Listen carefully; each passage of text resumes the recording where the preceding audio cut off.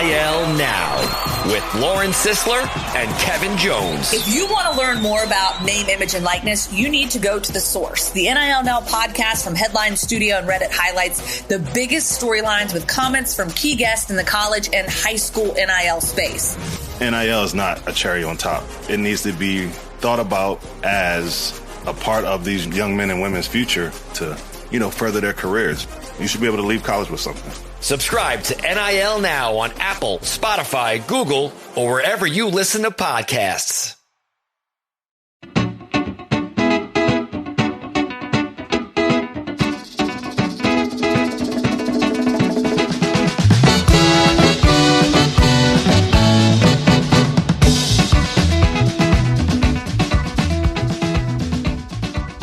Time for another Terry's Talkin podcast. I'm David Campbell, sports manager at cleveland.com, hosting, and as every week, I am joined by Terry Pluto, award-winning columnist from the Plain Dealer and cleveland.com. Terry, they used to say back in the day, it's hot off the presses. Yes. But not anymore because everything is online. But big news out of the Guardians today. Andres Gimenez has reportedly signed a 7-year, $106.5 million extension, and it includes an option for the 8th year that could be worth up to $24 million. Paul Hoynes and Joe Noga, who cover the Guardians for us, are all over this. The entire contract could be up to $130 million, and apparently it's the largest pre-arbitration deal for a second baseman ever, and it's the second biggest contract ever handed out by Cleveland behind Jose Ramirez's contract last year. Boy, this was kind of a surprise. Were you surprised? Maybe you weren't. I don't know. You were just out in Arizona. The Guardians do a great job of telling you that they're not going to talk about anything, and then they don't when it comes to contracts. They just flat out don't. I remember last year, the two big ones when I was there were Clase and Miles Straw, and neither of them were mentioned, their contracts. This is very similar to what they did with Jose Ramirez. Ramirez signed his extension in the spring of 2017.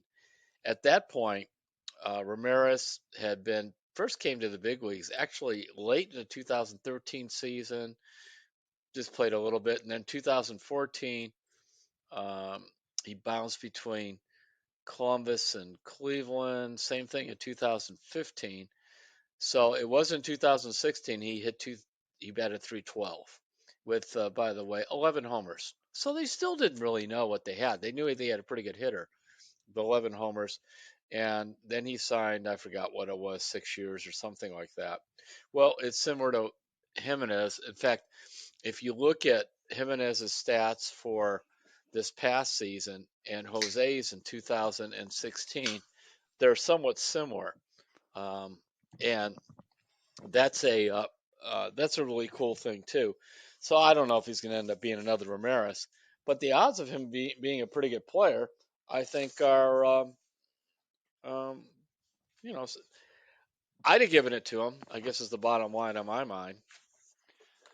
Well, Terry, I think this was a little surprising to me because it seems like they usually wait a little bit longer on some of these. I'm trying to think back to guys like Kipnis and some others, but they had team control of Gimenez for not just this year, but I think he was arbitration eligible next year and then 2 more years after that.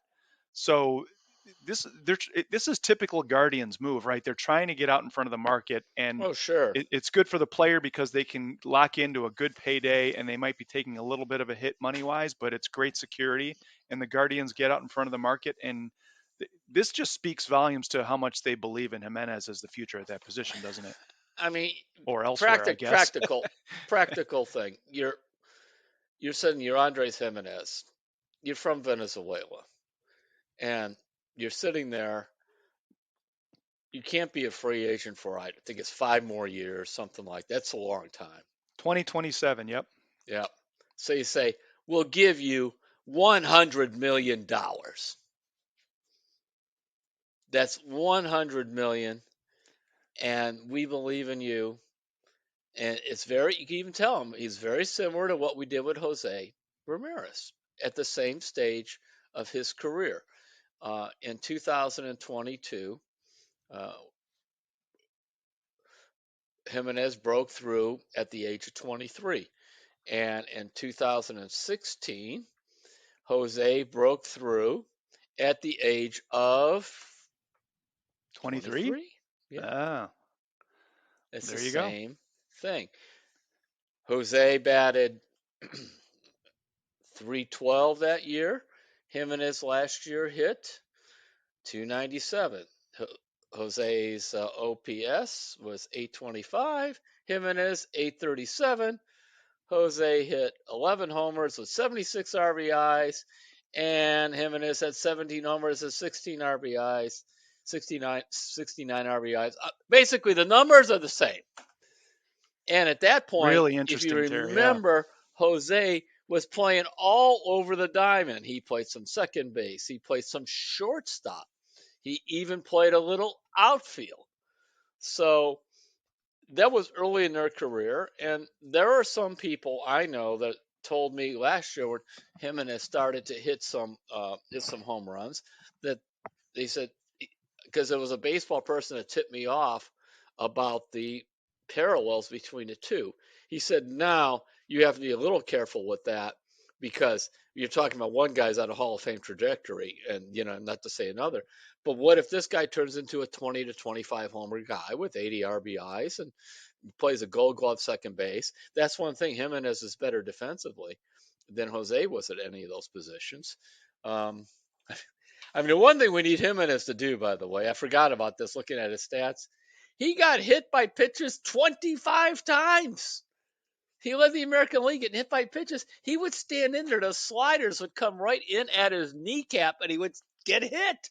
Don't do that. Get out of the way. It's So, the old Lenny Dykstra approach. yeah, that does not bode well for you.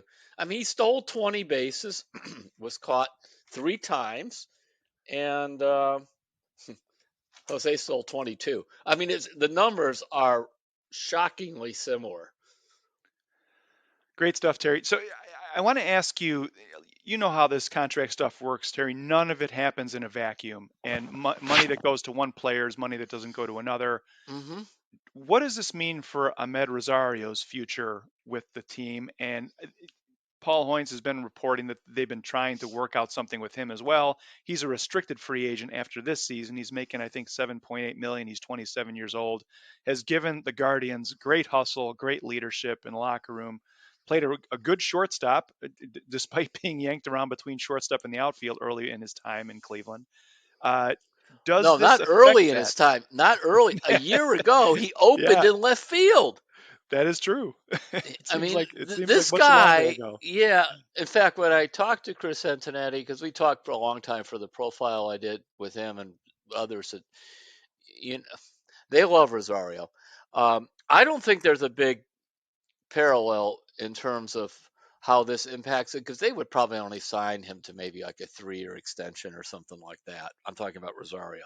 So the contract with Jimenez is probably backloaded. They'll give Jimenez maybe a couple $1,000,000 up front, and then the payout is coming later. I don't see them giving Rosario, $100 million for 5 years or something like that. I would be shocked if they did that. And they probably just said, "What do you want? You want to stay here for a couple of years and see what you could get?" Because yes, some shortstops got a lot of money, but others didn't.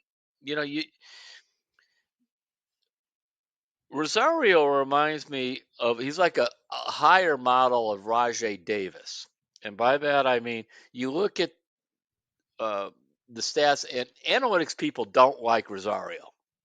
They just get hung up on he doesn't walk that much. His OPS isn't as high as it should be.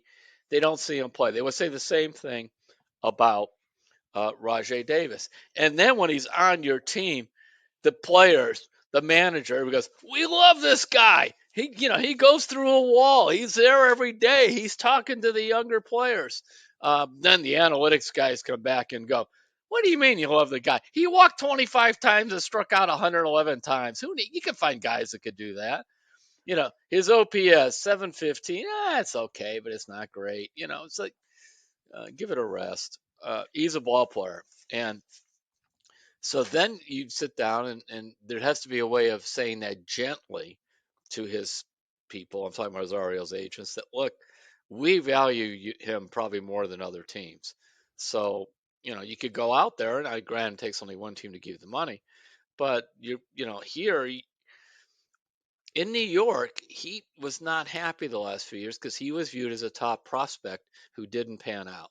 Here, he was viewed as the guy that was a big yawner in the trade, and you go around and like, oh, we love the guy. And think about this: this is the Lindor deal. Absolutely. So here's where I'm going with all this, Terry. When the Lindor trade happened, there was some chatter that Jimenez was the shortstop of the future for this Yes. franchise. And could this move today be seen as insurance in case the Ahmed Rosario stuff doesn't work out, where they could slide Jimenez over to short? And if you're Rosario and you look at all the money that these shortstops got paid this summer in free agency, and you're 27 years old, Hmm.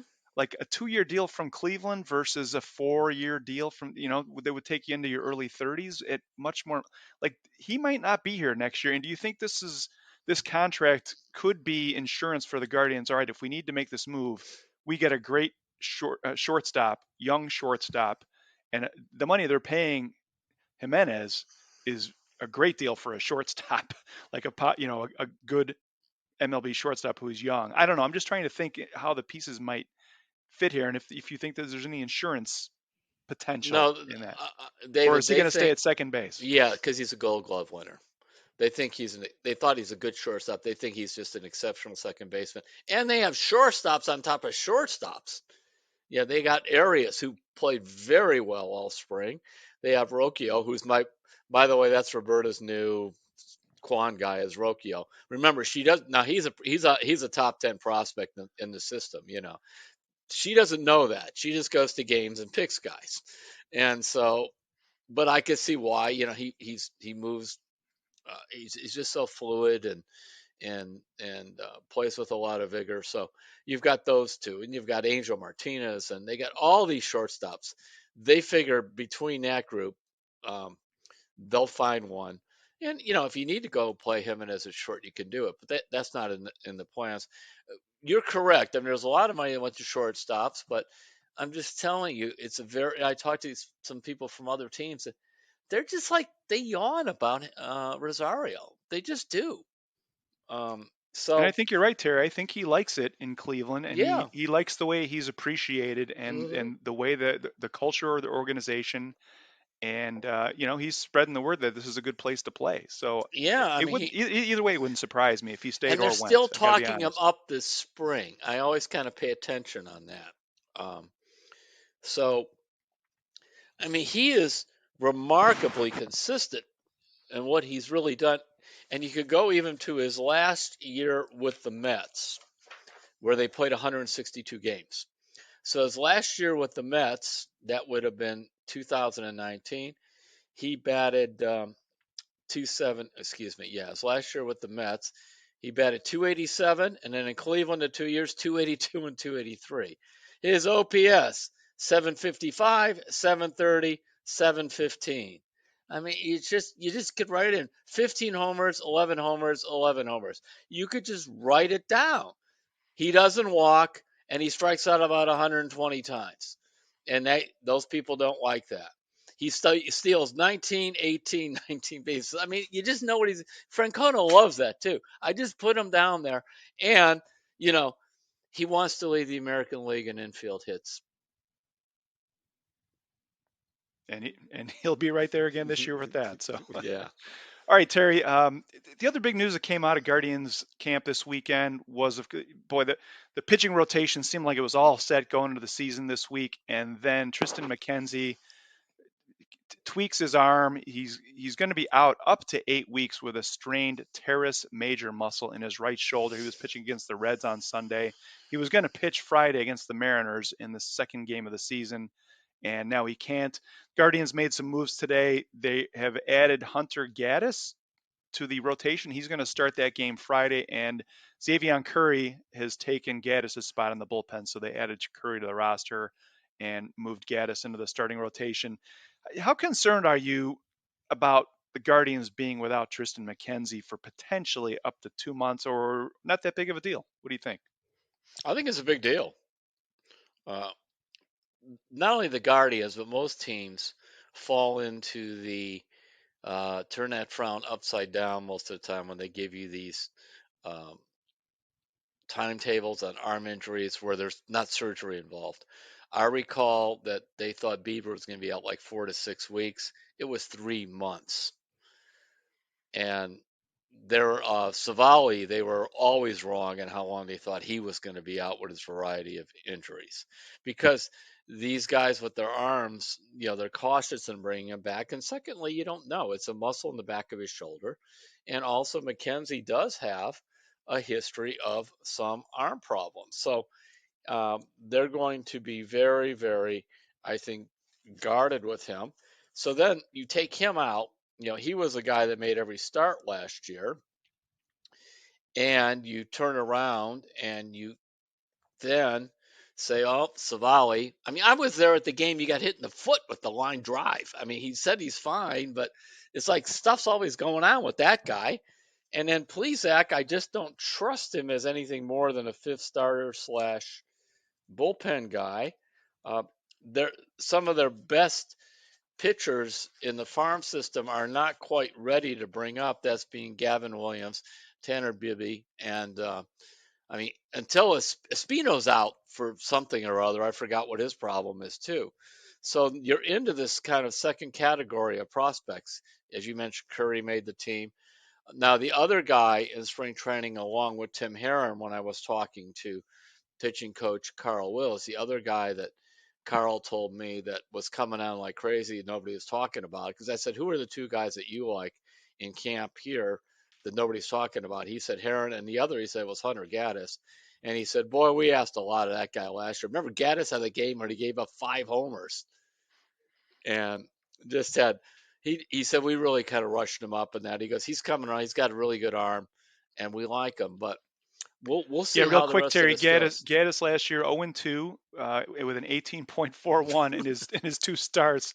The rest of the season he was 8-6 with a 4.01 ERA in 15 games at Yeah. Akron and Columbus, and 14 of those were starts. So I just wanted to throw that in Yeah, real quick. it's just, Yeah. and he had the one game where he gave up 5 homers, and it was one of those where he came up, and I also heard in that game somebody thought he was tipping pitches. I don't know if that's true or not. Tipping pitches means there's something in his thing. I mean, he pitched 7 1/3 big league innings last year and gave up 7 home runs. Yikes! So we'll see about the guy. He was a 5th round pick in 2019. So he's only thrown 250 minor league innings. You know, he struck out a lot. He struck out 340 in 250 innings in the minors. So um, who knows on these guys until they pitch? But you know, McKenzie and uh, Bieber, they're your two big time starters. A guy I wouldn't mind them signing an extension to. Um, I don't know where his agent is, and that is Quantrill, who I think has been very much uh, underappreciated here. He makes his starts. He just, you can just count on him. I mean, he's sort of he doesn't have any one dominant pitch. He throws mostly a sinker. I mean, he's a guy now. Since he's come to Cleveland, he's 23-8 with a 3.11 ERA. And the people get on the record. They say, well, records are deceiving. And then, okay, well, throw it out. 3.11 ERA. And he struck out. They don't like it because he doesn't strike out. I thought about the analytics guys. 262 strikeouts, 350 innings. My view is he's a sinker ball pitcher, gives up a lot of ground balls. And I just think he's good. So And he's making, I think, 5.5 million this year, and he's got 2 more years of team yes, control after this one exactly. So before it'd he's a be a free agent. perfect So the time to timing, say, you think, look, is right. Yeah. another one of these guys. He was a hot prospect. He was a top pick for San Diego. They became so discouraged with him, they put him in the bullpen. Cleveland trades for him, and I was looking, and when he came up with San Diego in 2019, he was 6-8 with a 5.16 ERA, and they decided, nah, we think he's really more of a bullpen guy. And so when Cleveland traded for him, that was right at the end of the COVID year. He just pitched in relief a couple of times. But I remember talking to Antonetti and Chris saying, no, this guy's a starter. He goes, it's got just a little bit we need to tinker with, but we can get this guy to be a really good starter. We didn't trade for him to pitch in the bullpen. He goes, this is a starter. So they have extreme confidence in their ability to take pitchers and fix them. Sometimes it works out, sometimes it doesn't. Because the other guy they thought they could fix in that trade was that guy Logan Allen. Remember him, a lefty? Not Logan T. Allen, who's in the The minors one still who's with still them. here, Logan yes. Allen. They were not able to fix that Logan Allen, but they did fix Quantrill. And of course, in their view is give us two of them and we'll fix one. And yeah, you're right, Terry. We've seen them do this time and time again. It's just you don't want to have to do it going into the season. Like the season's long enough already, and now they have to do it from the jump. But if So anybody can figure out, they can. yeah, So they can, and just there'll be somebody coming up from the minors that we won't anticipate as a pitcher too, because I don't think anybody at this point a year ago was talking about Xavier Curry or Hunter Gaddis making a team a year later. I know I wouldn't. I don't remember them ever mentioned in the spring of 2022. I don't remember Tim Herron ever mentioned in the spring of 2022, who's made the team. So, and as they proved last year, bringing 17 guys up for the first time, they're not afraid to throw them in there and see what happens. all right, Terry. We like to when news breaks, we like to go with it right on the podcast as soon as we can. But we're gonna scoop the website here. We're gonna put you on the hot seat. What is your prediction for the 2023 Cleveland Guardians for their? I don't know if you want to predict the playoffs or just regular season record, but where The do you see regular them? season's hard enough because we're talking about a different uh, schedule. Remember, they don't play the heavily weighted Central Division schedule anymore. They're playing everybody's more or less equal. So they're 92 and 70 last year, and that's Central weighted. Of course, people said, I think I had some strange emails from some fans. Well, they had that really good record because they just played in the Central Division. Now that's all changed, and I feel like saying, "Oh, I get it." So like Minnesota and Chicago, the two, they'll be playing the old schedule, and Cleveland will be playing the new one. Now they're all playing the same schedule. It's just been changed. So, but I agree with their general premise of the odds of them winning 92 games. I would say remote. I just don't think they're going to come in that high at all. So I've got them. I keep writing down 88 or 87. I'm going to go with 88 and 74. And they win the Central Division with that kind of a number because it all goes down. Everybody's going down the win total in that division. That's a great point, Terry. And I'm going to come in at 87 wins. I'll go one below you. I just think there's some question marks here going to the season. They always start slow. Yep. Zanino's health is kind of up in the air. They're working him back slowly. I think you're spot on there. So I'm going to go 87 wins. So Yeah, and that might be good enough to win the division too. I'm not. for sure. I mean, the blessing also they had last year was Tony La Russa managing the White Sox. I mean, they had a bunch of injuries, but you're a Chicago guy. I just thought it was just an incredibly stupid idea to do that with. Yeah, the whole season for the White Sox was kind of just a What was mess. La And Russa, 74 years old or something? yeah, I could say that. I'm on Medicare. I'm allowed to say somebody's old. This is not age discrimination. This is common sense. You well, there's know. plenty of people managing and coaching at that age that do an outstanding job, but he didn't. So it's more about No, the and performance he than had it been was about out the of age. ball the Yeah. whole time too. That's the other thing. Remember, he had been out for several years in the front office and advisor roles. It wasn't like he keeps like Dusty Baker just keeps managing year after year. Dusty Baker's like Methuselah. I don't know how old he is. It doesn't matter. He's in the dugout. He does a great job. But and he's smart enough. Same thing like what Francona does now. Tito's 63 to use his coaches and the front office keep an eye on their guy. They keep telling him, no, you do the big picture stuff. You take care of the people. We don't need you going out there doing these other things that are going to make it harder. I mean, interesting thing like what the Guardians do just to even help Tito. They'll send us an email about every 8 to 10 days, and they'll say, we're giving Tito the media day off before the game today, and Mike Chernoff will be handling the questions or something like that. It does two things. One, it allows the front office to step in in case there's some questions about that. And two, it just gives the guy some time off. I don't Yep. know why other teams don't do that stuff, by the way, but the A lot of Guardians people do a don't know lot of this. stuff. Yeah. Go ahead. You were going to say the Guardians do a lot of stuff that, Yeah, other teams should do. yeah, from analytics on down to other stuff. To, But to even media things. There's nothing wrong with having your GM come out every few weeks and just sort of pinch hit. yep. All right, Terry, let's take a break. Hey, a lot of people don't know this. Dusty Baker is 73. His toothpick is actually 74. Little known fact. So let's take a break. We'll come back. He's Methuselah. I mean, he'll be like 98, and he's got the energy in that, but he'll tell you he's not managing like when he was 58 or 48. All right, let's take a break. When we come back, we are going to get into the playoff-bound Cavaliers and why we should appreciate what they have done. A lot of news coming out of the Browns this week in Arizona. Jimmy and Dee Haslam have been speaking. We heard from Kevin Stefanski about the state of the franchise. And we've got some really good Hey Terry questions this week, Terry, including one about comparing these Cavs to the Cavs of the Price, Doherty, Nance era. So I want to get your take on that. All right, we'll be right back on Terry's Talkin'. We're back on Terry's Talking. David Campbell and Terry Pluto. Terry, let's get into the Cavaliers. They are 48-28. They have clinched a playoff spot. They stand fourth in the East, the first playoff spot without LeBron James since 1998. And I was laughing because in Chris Fedor's post-game coverage after Sunday night's win, the players in the locker room, I think it was Jared Allen, was asking everybody, how old were you?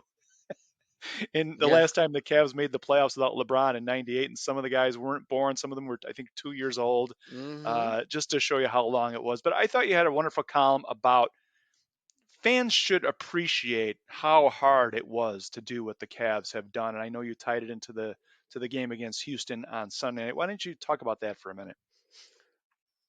Because we saw this challenge recently, not just this past few years, and LeBron left time too, but when LeBron left the first time, they were struggling. In fact, the year 4 of LeBron's departure, I think they won 33 games with Mike Brown. But 33 and 49, yep. I was still not very upbeat about that being a team that was going to get much over 500 or anything of that sort. They did have Kyrie Irving and they did have Tristan Thompson. But Kyrie Irving, by the way, at that point, fans may not know, was at war with Mike Brown because he was mad that Mike Brown wanted him to defend. I mean, you want to come right down to it. Outrageous. Because remember this, first of all, Mike Brown is one of the nicest guys in the world. So it wasn't like Mike Brown was, belittling him or anything like that. But Mike Brown was very strict on, how they are to play defense in that. And as I think that was the first sign of what was to come with Kyrie. And of course, then LeBron came in and he was able to, help change that whole thing. I had one NBA person say to me, LeBron's greatest achievement was, and I'm like, what, winning a title in Cleveland? He goes, no, keeping Kyrie on the rails for 3 years without him going off. He goes, look at it now. It's one of the great achievements in NBA history. And it is. I mean, by the way, in Dallas, they're having all kinds of stuff go on. Okay, back to this. So the point was they were going into year number 5 without a lot of hope, I may add, until LeBron came back, which then changed the whole dynamic. Houston, who they beat to win the thing, is I don't know, I think they've won like 30% of their games. And you could go on and on. By the way, San Antonio is now in its 4th consecutive losing season with Popovich as the coach. Hall of Popovich is Famer. Hall of Fame coach. Yep. You can get bad. Orlando, Detroit, get bad and stay bad. And they did it without a number 1 draft choice in the whole draft. They did it without LeBron or some other major free agent coming in here. I mean, what free agent have they signed in this rebuild? Just guys. Nobody big. Like it's been all small signings, Yeah, just like mid-level guys. exceptions and other Yeah, guys. Yeah. just guys. They did it all drafting and trades. They did it in Cleveland, so where supposedly nobody wants to come play. And they did it when the whole league, with the analytics in the whole league. And I do like stats. When I say these things, I like stats, but people who are analytically driven have to be entering the human element of it. And the analytics was all about, everybody should be between 6'3" and 6'8" for a while there in basketball, positionless basketball.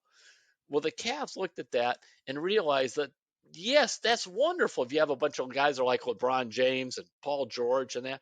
But what if you can't get them? So then you got a bunch of hey, Isaac Okoro's right in that thing. He's 6'6", and I'm glad he's coming around, but he's more of a role player. But what if we could get a 7-footer that nobody likes anymore and do something with him? And basketball always favored tall people until it didn't. But for decades, it favored tall people. Why? Because they're closer to the basket, And if you take somebody who's 5 foot shooting the ball at the basket and somebody who's 6'5" shooting the ball at the basket, it's simply easier for the 6'5" person to shoot the ball from 20 feet actually than it is for the 5-foot person, because they're letting it go higher and that kind of thing. Now, there's always exceptions. So they did it by going big. They did it with Jared Allen, and they did it by taking Mobley. Houston had a chance to take Mobley. Just think if they did, and the Cavaliers ended up with Jalen Green. Green's got a chance to be a good scorer, but he's just running around out there with Kevin Porter Jr. and all these other guys, just jacking up shots and no accountability, and it would have been a mess. Jim Jones and I were talking the other day about that, and Jones thought the same thing. He said, as a former big man, in the NBA, Jones said, you have to have a coach who values the big men, or those other guys will just ignore you out there. Terry, I don't want to spend too long on this, but I pulled the top scorers from the 2013-14 team. I just wanted to run through it real quick. Yeah, please. Kyrie Irving, Dion Waiters, Luol Deng, Spencer Hawes was the 4th leading scorer on that 2013-14 team. Tristan Thompson was the 5th leading scorer, CJ Miles and Jarrett Jack, and then Andy Varejao after that. And then I pulled the 2018-19 Cavs, which was another team that you were talking about. They won 19 games. And the top scorers on that team, Kevin Love, Jordan Clarkson, Colin Sexton, Jetty, Rodney Hood, and Alec Burks were your top 6 scorers. Actually, I like that 19 team a lot better than the 14 team. Yeah, for sure. But anyway, just to make your point, it's very easy to get stuck and spin your wheels. So you sit there and you look around. Okay, so you find out. That's what first of all, to bring back to the 14 team, read those top 4 guys again. Okay, from the 2013-14 team, you had Kyrie at 20.8 a game. Yeah. Dion Waiters, 15.9. Luol Deng, 14.3. Spencer Hawes at 13.5, and Tristan Thompson 11.7. Then CJ Miles. I remember to tell you this. I know David Griffin took over in the middle of that season. They had fired Chris Grant because they were unhappy with that roster.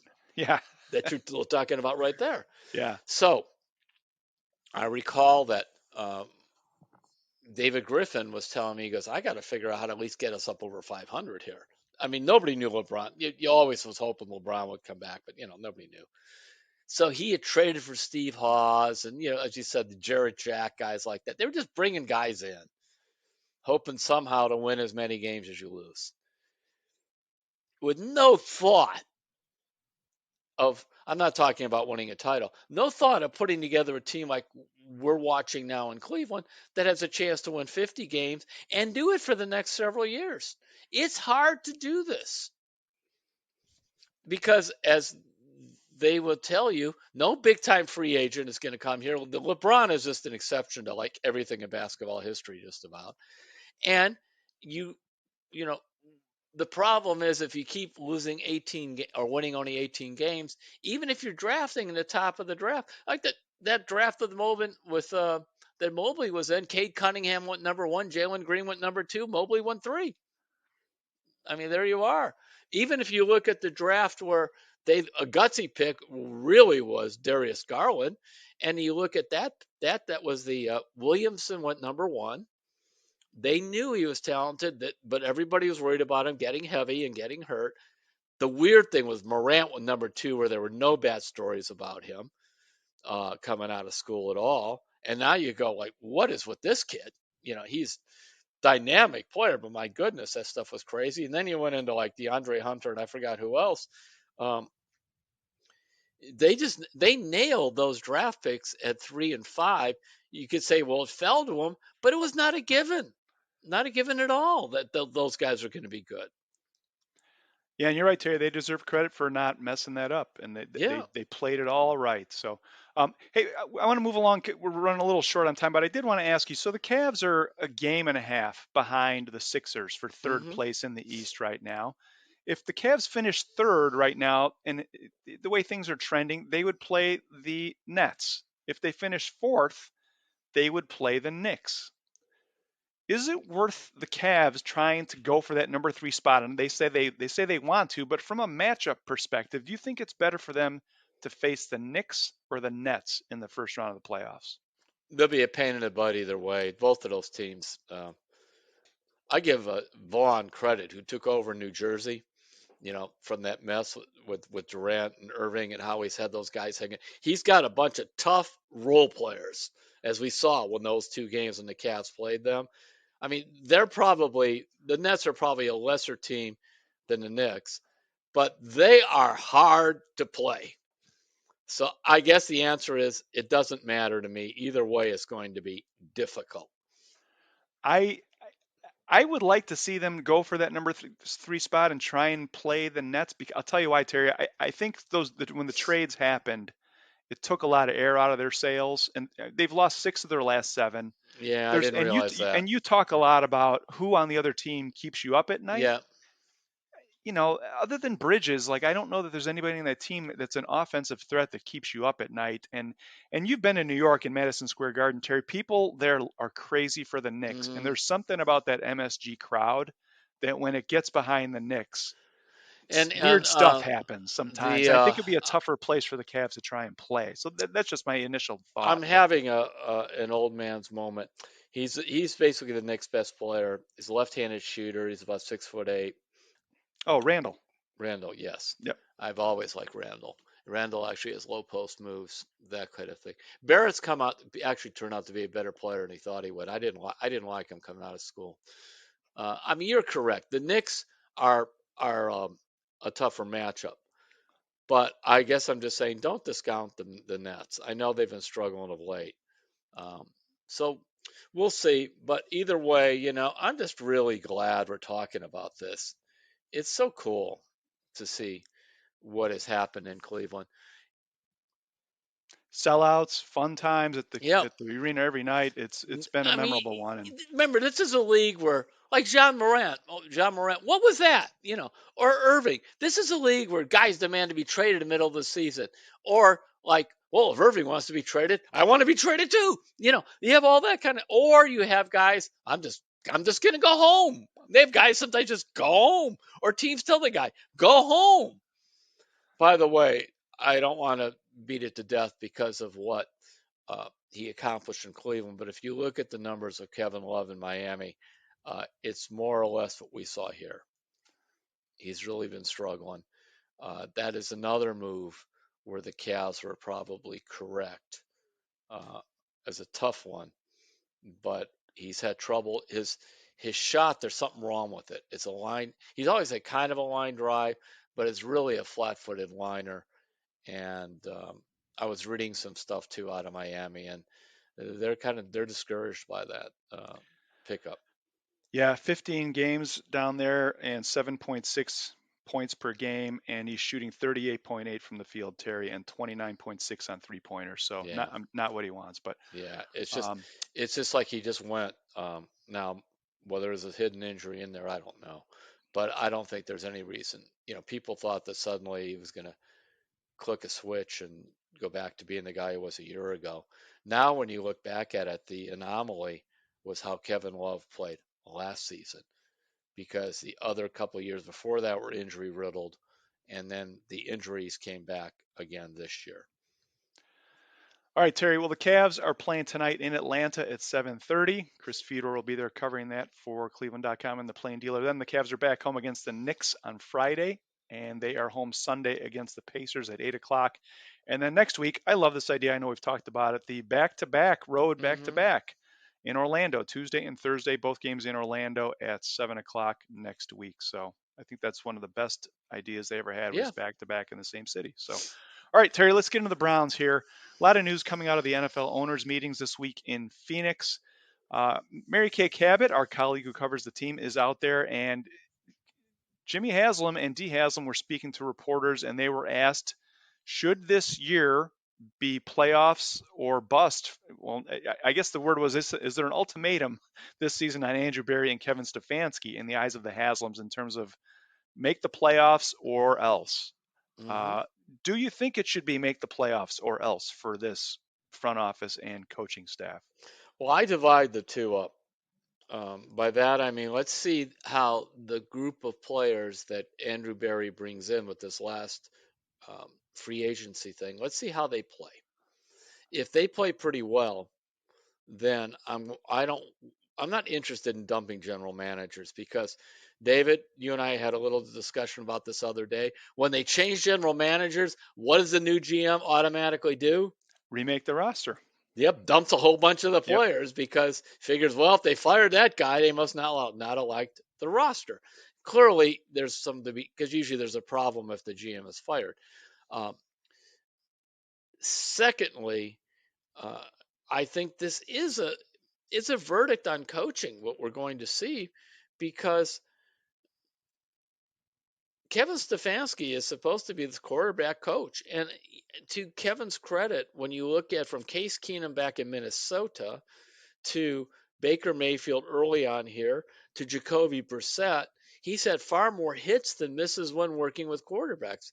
But, in terms of pure talent, Watson's got the most. But I was discouraged on what I saw from Watson. I have to watch this. This is one of those, because I didn't like the trade. And this is a thing I even mentioned sometimes to younger media people. We have to be careful when we say the team we cover does something we do not like, not to nitpick that player to death just to prove we're right. In other words, be overly critical of them. Nonetheless, I was not real encouraged by what I saw from Watson. So this is a whole coaching thing. Can they get him fixed? Because they have all the opportunities now to OTAs, all that stuff, ready to go. Well, I don't want to go all hockey on you, Terry, but the Browns are kind of reminding me of back in the NHL in 2004, 2005, there was a lockout, right? And the players got locked out. And that kind of was a line of demarcation in the sport. It went from like fighting, hooking, and holding, and the old time hockey to the new speed, skill, not a lot of fighting era. And the guy who was in charge of my favorite team, the Blackhawks, back then was a guy named Dale Talon. And they kept telling him, like, hey, after the lockout, you better be ready. The game's going to be different. You better be ready. You better be ready. And he didn't believe it. Yeah. And they came out of the lockout, and the Blackhawks were terrible for 2 years because they were behind and they didn't get it right when coming out of it. And then they drafted these two guys, Patrick Kane and Jonathan Taves, and they won some Stanley Cups. And I think about that sometimes because I feel like that's what happened to the Browns last year. Like the Browns were convinced that the NFL's a passing league. We need to load up on corners and pass rushers. And what happened? Like old school football broke out in every Browns game, and they were just completely caught unawares. And I do feel like, getting back to my original question, is like everybody's kind of had their mulligan there now. And it's like the Haslams are talking about Kevin Stefanski has learned a lot since he's been on the job, and Andrew Berry might have not set the roster up for success last year, even with the Watson thing, with the defensive line. You need to have guys that can tackle and get off blocks in your front seven. So I feel like they need to see substantial progress this year, because these guys are in their prime and they got to get it right. And if it doesn't work, like, they're going to have to decide to change. Right, If and not this also year, then next. on top of that, they love to fire GMs and coaches together. I cannot think of a time where the Haslam's fired a coach or also dumping out the GM.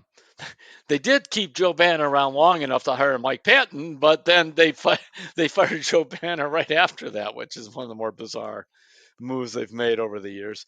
So you're correct on that. I will say that uh, I do think the most pressure is on Stefanski and the coaching staff. Okay, so they just spent $50 million on Tomlinson to play on the line. They brought in a bunch of defensive tackles. They brought in, uh, to get Bubba Ventrone and Jim Schwartz to come in here. They're paying big money for those guys. I can tell you that. And so they're making all those moves to see what happens. And by the way, you know who else is on the line on this? It doesn't change their status because owners are owners and owners are owners, and that means they're owners and they can do what they want. But the Haslams put themselves way out on the line too with this on their reputation with the Watson deal.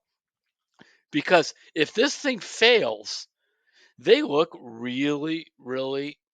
I mean, basically, you brought in a highly controversial figure that fractured your fan base, gave him an outrageous contract, at least in the eyes of the rest of the NFL and most other people, and he doesn't play well. And it's ownership driven. They can say whatever you want. Whenever you're bringing in a player with all that baggage, it is an ownership decision, even if every football person wants it done, because you're the one that has to deal with the public relations fallout and that. So I think that's another reason they're saying we need to get this done because not our jobs are on the line, but in many ways their reputation is on the line here in terms of trying to finally get it right. I mean, losing it every year and all the quarterbacks and all the coaches and all the GMs, and you're the one common denominator. Yeah, and I think Terry, I think what Jimmy Haslam was trying to say, reading between the lines, was everybody's very results based, which is Yeah, like playoffs or bust or whatever. But I think what he's saying, and we know this, we've seen enough football. We'll know at the end of the season if this looks like this is on the yeah. right track or not. I And mean, there might, suppose, if there's an yeah, injury or a yeah, fluke play happens and they lose in the play, like we'll know, all right, this thing is trending up or it's not. And I think that's kind of what they're saying is we'll know. sure. They'll know too. They'll know I mean, too if they're set up I for mean, success or not. yeah. Suppose they go 10-7, but for some reason miss the playoffs. Okay, fine. I'm good with that. And Watson looks like he's really coming around. Yeah, that's why you don't say playoffs or bust. But um, you better take that 7-10 and turn that thing around. I'll tell you that. You better flip those numbers. Absolutely. So, all right, we got some Hey Terry questions. We're running a little long here, but we're going to keep it moving. So, hey, before I forget to mention, if you want to send us a question or comment, you can send it to us at sports@cleveland.com. Just put Hey Terry or Terry's Talking in the subject line, and we'll try and get it on next week's podcast. So, all right, you ready, Terry? Mm-hmm. This one is from Rich Smith in Columbus, Ohio, and he says, "Hey Terry, in recently reading your vintage Cavs book, available at terrypluto.com, I might add, it reminded me of the Mark Price, Brad Daugherty, Larry Nance teams of the late 80s and early 90s, whom I loved watching, and how that team was similar to the current Cavs team. Both teams have great guards and big men, played good defense, were well coached, and have good guys who are very much like each other. How would you compare the current Cavs at this stage of their development to the Wilkins Fratello coach teams of 30, 35 years ago?" And again, that's from Rich Smith in Columbus. Thanks for that, Rich. Okay, the Fratello team's really. He came in as that team, the Doherty, Nance, Price group was in decline. So basically, he's excused from discussion there. But they were very similar. I would have loved to have seen Donovan Mitchell in the same backcourt with Mark Price Mm. and go to war with the rest of those guys. They could have eked out a championship. It's hard, in retrospect, it's hard to wonder if anybody could have beaten Jordan in his prime because he went 6 for 6 in the finals, winning titles. But I do see that was a team that like big men because Mike, the GM, was Wayne Embry, a big man himself, and so he had Nance, he had Hot Rod, and he had Doherty, all 6'10" or taller, and he would bring in guys like Tree Rollins as for backup centers for size, and then you had. I've always thought that there have been once Garland was in his second year and got going, that Garland is a modern version of Mark Price, very very similar, and the rest is there. I will say this, Mobley might even right now be better than Larry Nance, and he's going to be much better. He's just he's even more athletic, but Wow, that's saying just like something. it really is, just because his passing is better, he handles the ball better. I mean, we see now Mobley going, full length of the court, and you don't go give it to a guard. You go for it. Go to the rim. They can't stop you. Where Larry's problem was he did not handle the ball that well. But in terms of shot blocking and all that, it's a fun question. And the big thing that Rich is getting to, and Rich, by the way, has written me for years and is really a terrific fan that sees beyond the first level of stuff. He gets it. Is the chemistry. Lenny Wilkins developed it. He came in here. By the way, the Cavs were dysfunctional when Lenny Wilkins took over. That was Mel Turpin and Keith Lee and John Bagley and a whole bunch of other guys that were just a mess. And he came in with these young guys, much like JB, and he shaped them into a team that just kept consistently was in the playoffs, and you liked watching them play, and they liked playing with each other. All right, here's our next question. I think this will be the last one. It's from Andy Getz. Andy's from Denver. He says, "Hey Terry, your colleagues at cleveland.com had a podcast recently asking the question, will Kevin Stefanski, Terry Francona, or JB Bickerstaff win a title first in Cleveland?" And he says, "What is your answer to this question?" And Andy's referring to Dan Lobby from our Orange and Brown Talk Browns podcast, kind of coordinated a cross-beat podcast project where they discussed this. So Andy is wondering, Terry, which one do you think would win a title first here? If you were to put them all in like one of those computer model things where everybody gets the same type of team and only those are the three people, I mean, Francona wins it because he's gotten to the World Series 3 times. He's won it twice. So with those other guys, they haven't done anything like that. The rules favor the Browns. That's the other frustrating thing. The rules favor the Browns in winning a title because they're in the league where Green Bay could win a title. It doesn't matter what your market you're in the NFL. It matters how you do your job. But they don't do their job well. So they're guilty until proven innocent right now. And that's why I think where Jimmy Haslam was going with that. We have to begin to prove we're innocent. In other words, we have to prove we're competent. The Guardians are competent. We just got to figure out a way to win where everybody gets 7, the top teams get 7 cards at the table and we got 5. We got to figure out how to turn our 5 into knocking out their 7. And then in the middle are the Cavaliers. And, the Cavs could win a title. I don't know. I'll let you pick on this one, David, because it's always really hard. Good, it is because the rules are different. But Yeah. I just think the Cavs with JB, they have this young core, and I do think the NBA is set up where you can keep your own guys long term, and money is not an issue for the Cavs. I mean, we look at the payrolls they had during the LeBron years; they went over the cap to keep the guys together, and I just think this is set up. And you know how it is. Terry, the World Series, Guardians get there in 2016. It comes down to a pinch hitter in the bot. You never know what's going to happen in baseball. I think the more cracks you get at it, and I think the Cavs are going to have more cracks at it. And you look at the Browns, there's so many great teams in the AFC. Just getting to the Super Bowl is going to just be an incredible. How about getting to the playoffs? Yeah. I'm serious. How about No, getting I know. to the playoffs? I'm going back to the question. No, here we are. But this is a very important point, David. I mean, the Browns are talking about all this stuff. They've been to the playoffs like once since, when was it, 2003? No, not even that. 2002. You're right, 2002. Yeah. Once. Yeah. They got nothing to talk about. Well, anyway, And I'm picking the Cavs in this question. Okay, and for that's those reasons. for good. And you're correct. Dan certainly will okay the budget to keep guys and pay the luxury tax.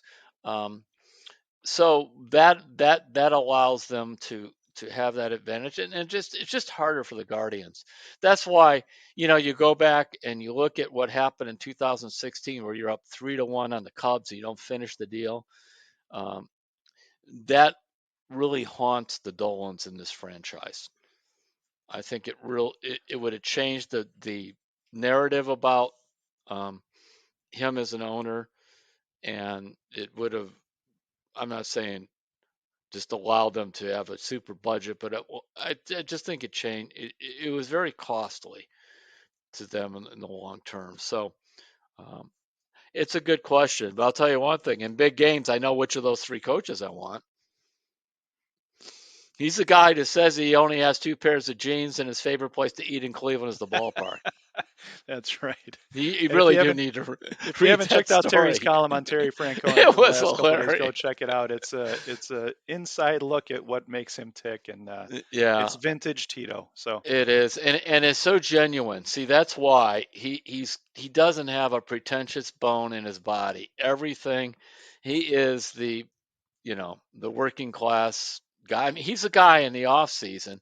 He goes down. He lives in Tucson because he runs the University of Arizona, and he goes and hangs around. He loves basketball, especially college basketball. He hangs around the Arizona University basketball team, watches basketball practice, and talks to the coaches. And he's just. I guess he's got to be around something with sports because for those 2 months, or there's no baseball for him, so he's got to go do that. That's right.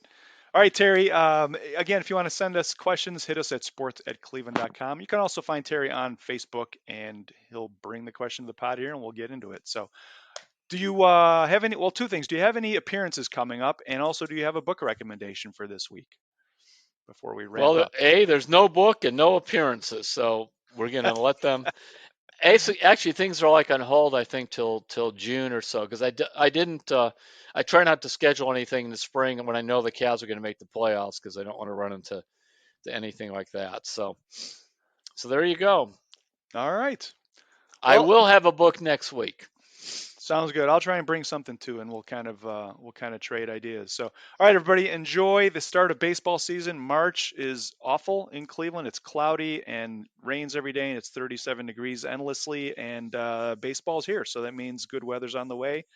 The Guardians start off this week in Seattle, and the home opener is a week from Friday. So it's all changing. And we will talk to you next week on Terry's Talkin.